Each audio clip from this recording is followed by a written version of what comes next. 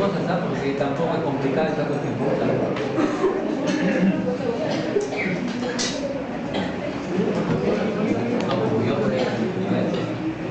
A ver, esta parte la vamos a pasar un poquito por alto, ya ustedes la han comentado un poco. Lo que quiero yo que consideren es que hay una fase de capacitación del espermatozoide por la cual pierde parte de su gestión acrosómica para facilitar la liberación de las enzimas como la hialuronidasa, o sea, parte de la protección que a veces tiene acá, que incluye residuos de colesterol, se pierde y eso es parte de la capacitación. Después otro aspecto importante es que aumenta la permeabilidad para el calcio, de tal manera que se producen activaciones de cascadas intracelulares, ¿no?, que modifican la motilidad del espermatozoide y su capacidad de interactuar con la zona pelúcida del ovocito, ¿no? Entonces, clave el otro factor, que es el aumento de la permeabilidad del calcio a nivel de la cabeza del espermatozoide. Y otro aspecto que también han mencionado es la interacción con los receptores de lindina, ¿no?, que existen a nivel de la zona pelúcida, de manera de que una vez que se produzca la interacción se va a producir una degranulación de algunas enzimas que van a desaparecer los receptores de lindina, de manera que ya no va a poder entrar otro espermatozoide y va a haber también un cambio en la polaridad para rechazar la entrada de nuevos espermatozoides. Después de esta parte acá no la he mencionado mucho, entonces sí sería bueno de que ustedes la repasen un poco. Entonces hay una serie de mediadores que generan una interacción entre el blastocisto y el endometrio, en este caso la decide. Por ejemplo, el factor de crecimiento epidérmico, ¿no es cierto?, que va a facilitar, ¿no es cierto?, la interacción entre las células del citotrofoblasto, o lo que va a constituir las células del citotrofoblasto y las células epiteliales. Hay un factor de crecimiento inclusive parecido o factor de crecimiento leucémico le llaman, ¿no?, que también va a ayudar a generar una estimulación a nivel del endometrio para favorecer el proceso de ligación. Esa estimulación del endometrio, por ejemplo, aumenta, como dice acá, la actividad de la ciclooxigenasa y aumenta la síntesis de prostaglandina, de tal manera que hay fenómenos de vasodilatación, que ustedes recuerdan, hay fenómenos congestivos, inflamatorios, estériles, sin bacterias, que permiten la llegada de más sangre, ¿no?, a la región donde está aproximándose el blastocito. Igual hay una formación, como dice acá, de factores de crecimiento que aumentan un poco la proliferación del endometrio y la liberación de algunas citoquinas, ¿no? Aparte, por supuesto, por la sangre están llegando cantidades elevadas de hormonas que desarrollan el endometrio, como sabemos, o lo llenan de sustancias nutritivas como la progesterona, ¿no? Este desarrollo, este es un endometrio progestacional o secretor, que le llamamos, ¿no? Y acá estamos viendo ya de que hay, ya se está produciendo una fase más avanzada de la ligación. Ya diferenciamos, ustedes recordarán, por embrio, el cito y el, ¿cómo se llama?, sincitio o sincicio, como dicen algunos libros, trofoblasto. Importante que haya una llegada de oxígeno necesaria para regular la proliferación, como dice acá, y la diferenciación de estas células del sincicio trofoblasto. Se diferencian, proliferan, se activan en base a las concentraciones de oxígeno, ¿no? Y eso involucra una vasodilatación y una llegada de presiones adecuadas, pues, de O2, ¿cierto? Después hay generación de proteinasas para degradar algunas proteínas, colágena, facilitar la penetración. Esto es como un tumor erosivo, digamos, ¿no?, que va degradando acá y va penetrando. Factores de crecimiento, como siempre, algunas moléculas de adhesión, y en una fase más avanzada ya hay que considerar el factor inmunológico. Entonces, tres etapas, bien diferenciadas. Una inicial, donde hemos visto la importancia de factores de crecimiento, ¿no?, la inducción de una inflamación estéril, la presencia de factores de crecimiento y algunas hormonas, ¿no? Por otro lado, una segunda etapa, donde ya lo que prima más bien es la diferenciación, la proliferación basada en concentraciones adecuadas de oxígeno, siempre factores de crecimiento actuando, algunas enzimas degradativas y, bueno, de todas maneras acá siguen habiendo estrógenos y progesterona. Y una tercera paso, estamos diciendo, es importante la respuesta inmunológica, ¿no? Tiene que haber una disminución de la actividad del complemento para que aparezca lo que llama acá una tolerancia inmunológica, pues. este es un extraño, ¿no? Este es como un tumor acá, tiene información genética proveniente del padre. Entonces para la madre, inmunológicamente sabemos de que esto es un antígeno. De manera que debería haber pues producción de anticuerpos, debería haber actividad de la inmunidad celular, linfocitos TCD8, ¿no? Los natural killers deberían destruirlo. Y a veces lo destruyen, pues hay abortos espontáneos. Pero se altera la presentación del complejo histocromatidea mayor, ¿no? Hay una regulación, inhibición de la respuesta de quimoquinas, de citocinas, y se genera lo que se llama la tolerancia inmunológica. Por acá hay expresión de factores de crecimiento endotelial para desarrollar más vasos, angiogénesis, ¿no? Bueno, y se consolida el proceso de nidación. Entonces creo que eso está claro. Hay un artículo sobre esto en la consabida revista New England, lo buscan, ya es un aspecto interesante que tiene que ver con el parto. Esto es la medición de las concentraciones de las hormonas. Acá está la gonadotropina coriónica, que la 9ª semana alcanza su pico, que induce la secreción máxima de progesterona por el cuerpo lúteo, que reduce la motilidad uterina y previene un aborto, ¿no? Es una de sus funciones fundamentales, ¿no? Después ya, conforme pasan las semanas, más o menos a la 16ª semana, es reemplazada ya casi todo por la progesterona placentaria, ¿no? El cuerpo lúteo muere, pues, ¿no? La progesterona ya va a venir de la placenta. Al final de la gestación, como ya los niveles de estrógenos en particular suben bastante, superan los niveles de progesterona, y entonces comienza a predominar lo que han dicho ustedes como un aumento en la excitabilidad uterina y en una disminución de la inhibición que normalmente hace la progesterona sobre la contractilidad del útero.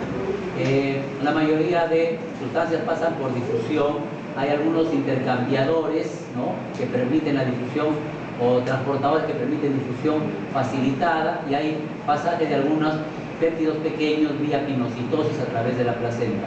Para las moléculas pequeñas no hay barrera placentaria, ¿no? Los medicamentos, por eso, que la mayoría son chiquititos, pasan libremente y pueden afectar al feto. Obviamente los gases difunden, en particular, el dióxido libremente, ¿no? Pero muy soluble el dióxido de carbono, ¿no? El oxígeno también lo puede hacer, pero tiene un poco menos de solubilidad que el dióxido de carbono.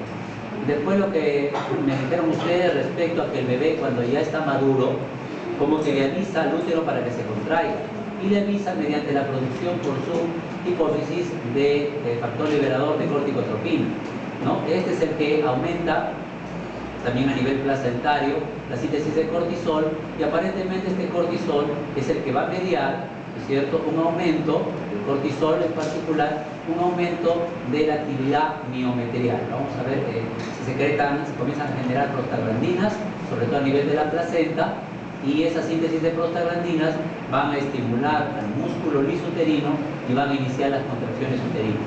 Entonces un poquito es, el bebé ya está a término, ya cumplió su tiempo, ya está maduro, su hipófisis también está madura, CRH, cortisol, prostaglandinas, contracción, ¿cierto?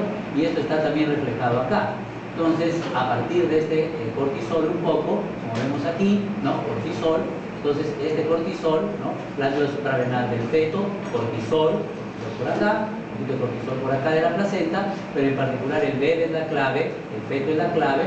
Entonces este cortisol aumenta la oxitocina placentaria, aumenta las prostaglandinas, aumenta la misma CRH, ¿no?, que va a estimular la producción de más cortisol en el bebé. Y estas prostaglandinas obviamente son oxitóxicas, pues contraen, ¿cierto? Por otro lado, los niveles altos de estradiol que se presentan a nivel de la placenta, y de estriol sobre todo, que es la cantidad más abundante, aunque menos activa, ¿no?, aumentan la formación de receptores para prostaglandinas, para oxitocina, y uniones de nexo, uniones estrechas, para que se comuniquen entre sí las células del músculo liso e inducen las contracciones uterinas. Importante que la progesterona también tiene su función. Normalmente cuando no hay labor, no hay niveles de progesterona, ¿no?, o los niveles altos de progesterona, inhiben la producción de conexina 43, que es una proteína que forma la unión K, y de los receptores de oxitocina, ¿no? Pero cuando los niveles de progesterona bajan, acá hay alta progesterona, flecha gruesita, acá hay progesterona más bajita, una flecha más delgadita, entonces no hay tanta inhibición de la conexina ni de los receptores de oxitocina. Entonces, al haber altos niveles de conexina o receptores de oxitocina, aumenta la contractilidad. Entonces, definitivamente, al final del embarazo, altos estrógenos para que hagan lo que está acá, los estrógenos hagan lo que está acá, y junto con esto, contracciones, y baja progesterona para que no evite el papel activador de los estrógenos, ¿ya? Bueno, acá le damos una miradita a esto, esto lo conocemos, estaba inclusive en su manual de bioquímica de hace poco tiempo. Entonces acá está cómo actúa la prostaglandina, estimulando la contracción, y sustancias relajantes como el salbutamol, ¿no es cierto?, activando miosina fosfatasa, abriendo canales de potasio, cosas que pueden influir en la contractilidad. El útero se contrae del fondo al cuello, se contrae como un todo gracias a las uniones GAP, gracias a las comunicaciones que permiten el pasaje de calcio, no tanto de sodio, de calcio. Ya, entonces eso hay que considerar. Las características de la dinámica uterina, este es un gráfico que es más obstétrico en realidad que fisiológico, pero obstetricia básicamente es fisiología, ¿no? Porque es parto normal. Entonces, como desde el preparto, las tres fases del parto, ¿no?, dilatación, borramiento y expulsivo, al final ya, el expulsivo, las contracciones son ya las más intensas, y después viene el alumbramiento para la placenta, ya las contracciones son un poco menos frecuentes y potentes, ¿no? Aquí podemos ver, prácticamente hay 5 contracciones en 10 minutos. Quiere decir que un minuto está el útero contraído, otro minuto relajado, uno contraído, otro relajado. Entonces en ese minuto de relajación la mujer debe respirar y oxigenar a su bebé, porque cuando hay contracción uterina, la presión intramiometrial, no lo tenemos acá, pero bloquea. La presión del miometrio supera la presión arterial, entonces no pasa sangre al bebé mientras está contrayéndose el útero. Y entonces, en fase de relajación, la mujer en vez de gritar debería respirar. Entonces acá tenemos que las contracciones uterinas, ¿no?, tiran del cuello y del segmento, que es esta zona que limita el cuerpo con el cuello hacia arriba. Y como lo que lo van remangando como si fueran las mangas de una camisa, van haciendo que suba poquito a poco, y eso adelgaza el cuello, y eso se llama borramiento. Y una vez que ya está delgadito, entonces las contracciones hacen de que ese cuello delgadito comience ahí a tirarse también un poco hacia arriba y se dilata, se abre el cuello para que protruya la bolsa de aguas y después, bueno, llega a la cabeza del bebé. Esto tiene que ver con los componentes de la leche materna, ¿no?, tanto grasas como proteínas. Acá la importancia es que la dopamina es un inhibidor de la secreción de prolactina, mientras que estas hormonas son estimuladores, y la succión, mediante el reflejo de Ferguson 2, que nos decía bien por ahí, también puede actuar como un estimulador de la secreción de prolactina. La misma oxitocina, por cierto, se libera con la succión. Y si pellizcan el pezón, como dice ahí el cuadro, también estimula la oxitocina para que contraiga las células biepiteliales que están alrededor de los alvéolos mamarios y salga la leche, ¿no? Este es el reflejo de Ferguson 2. El 1 es el reflejo de Ferguson que va del cuello del útero a la hipófisis, oxitocina, contracción uterina, ¿ya? Estos son los componentes de la leche materna, ¿no? La síntesis por ribosomal de caseína, de lactoalbúmina, la formación de la lactosa, ¿no? Entonces, esos componentes de la leche materna. Algunas características de la lactancia, y después, esto tiene que ver con el dolor, ¿no es cierto? Los sitios donde se perciben las contracciones uterinas, y por eso mientras la mujer esté en labor de parto le duele la barriga y las caderas, pero una vez que empieza a distenderse el cuello, ¿no es cierto?, entonces el dolor se vuelve un poco más bajo y además más intenso, porque las aferencias, recordarán ustedes, las aferencias uterinas son simpáticas, es dolor tipo cólico, digamos, simpático, mal definido, difuso, pero las aferencias cuando la cabeza del bebé sale por acá sin pedir permiso, ¿no es cierto?, rompiendo algunos ligamentos, distendiendo el isquio cavernoso, el bulbo cavernoso, el elevador termina como aplanador del ano. Entonces, cuando sucede eso, ¿no?, cuando sale por aquí, entonces hay una estimulación a nivel de pudendo, de terminaciones que tienen que ver con el plexo sacro, y es la parte más dolorosa, ¿no?, del parto. Se acabó. No voy a decir nada.